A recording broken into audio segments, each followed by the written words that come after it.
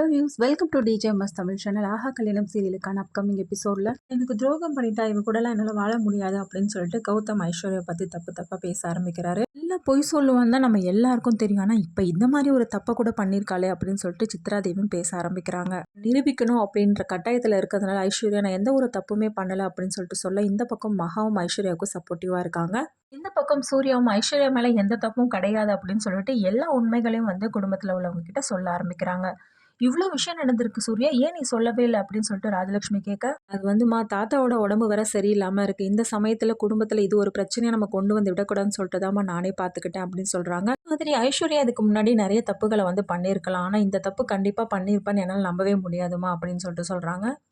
ஒரு பக்கம் எங்கள் அக்கா மேலே எந்த தப்புமே இல்லை அப்படின்னு சொல்லிட்டு சொல்ல, இந்த பக்கம் சூர்யா சப்போர்ட்டிவாக பேசுறதை நினச்சி ரொம்பவே சந்தோஷப்படுறாங்க மகா. எல்லாத்தையும் பார்த்தா சித்ரா தேவி இதுக்கு முன்னாடி அவள் எவ்வளோ தப்பு பண்ணியிருக்கா, எல்லாத்தையும் மன்னிச்சிருக்கா. ஆனால் இப்போ மன்னிப்பே கிடையாது. அவள் கண்டிப்பாக அந்த வீட்டிலே இருக்கக்கூடாது, பிள்ளையோட வாழ்க்கையில் அவளுக்கு இடமே இல்லை அப்படின்னு சொல்லிட்டு சித்ரா தேவி ரொம்பவே ஸ்ட்ரிக்டாக சொல்லிடுறாங்க. சித்ரா நீ இப்படிலாம் பேசாத சித்ரா, எதுவாக இருந்தாலும் யோசிச்சு முடிவு சொல்லு, அது இல்லாமல் எதுவும் விசாரிக்காமல் நீ எந்த முடிவும் எடுக்க முடியாது அப்படின்னு சொல்லிட்டு தாத்தா சொல்கிறாரு.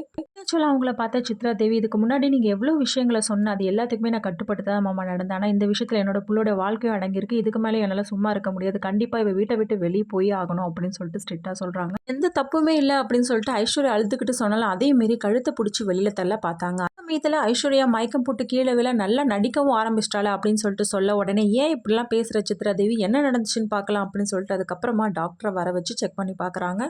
அப்புறமா ஐஸ்வர்யா கர்ப்பமா இருக்காங்க அப்படின்ற விஷயம் தெரிய வருது. இதனால சித்ரா தேவி அதிர்ச்சி மட்டும் இல்லாமல் குடும்பத்தில் உள்ளவங்க எல்லாருமே அதிர்ச்சி போகிறாங்க.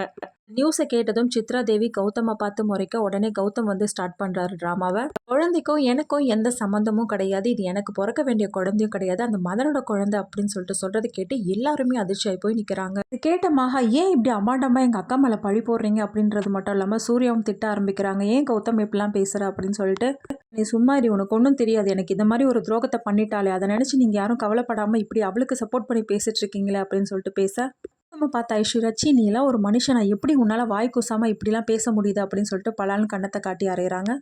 நான் உன்னை தான் விரும்பினேன், நான் உன்னை தவிர வேற யாருமே நினச்சி பார்த்தது கூட கிடையாது, இப்படி இருக்க எம்எல்ஏ இப்படி ஒரு பழி தூக்கி போடுறியே அப்படின்னு சொல்லிட்டு ஐஸ்வர்யா ஒரு பக்கம் கேள்வி கேட்க, இன்னொரு பக்கம் மகாவும் கேள்வி கேட்க ஆரம்பிக்கிறாங்க. 1000 தவறு பண்ணியிருக்கலாம், ஆனால் இந்த விஷயத்தில் அவ துளி கூட ஒரு தவறும் பண்ணியிருக்க மாட்டா அப்படின்னு சொல்லிட்டு அடிச்சு பேசுகிறாங்க. பார்த்த ஐஸ்வர்யா வா இப்போவே டெஸ்ட் எடுக்கலாம், இது உன்னோட குழந்தை தான் அப்படின்றத நான் இப்போவே நிரூபிக்கிறேன் அப்படின்னு சொல்றது கேட்டு முள்ளுக்குள்ள பயந்து போறாரு. அப்புறமா ஐஸ்வர்யா எப்படி எல்லாத்தையும் நிரூபிக்கிறாங்க, சூர்யா எப்படி மகாவுக்கு சப்போர்ட்டிவாக இருக்காங்க, இது எல்லாமே தெரிஞ்சுக்கலாம் டிவிக்கு முன்னாடி. அதுக்கு மறக்காமல் நம்மளோட சேனலை சப்ஸ்கிரைப் பண்ணிக்கோங்க. கூடவே இருக்க அந்த பெல் ஐக்கனும் கிளிக் பண்ணிவிடுங்க. அப்போ தான் நான் போடுற அடுத்தடுத்த வீடியோஸ் உங்களுக்கு நோட்டிஃபிகேஷனில் வரும். ஓகே வியூஸ், தேங்க்ஸ் ஃபார் வாட்சிங் திஸ் வீடியோ.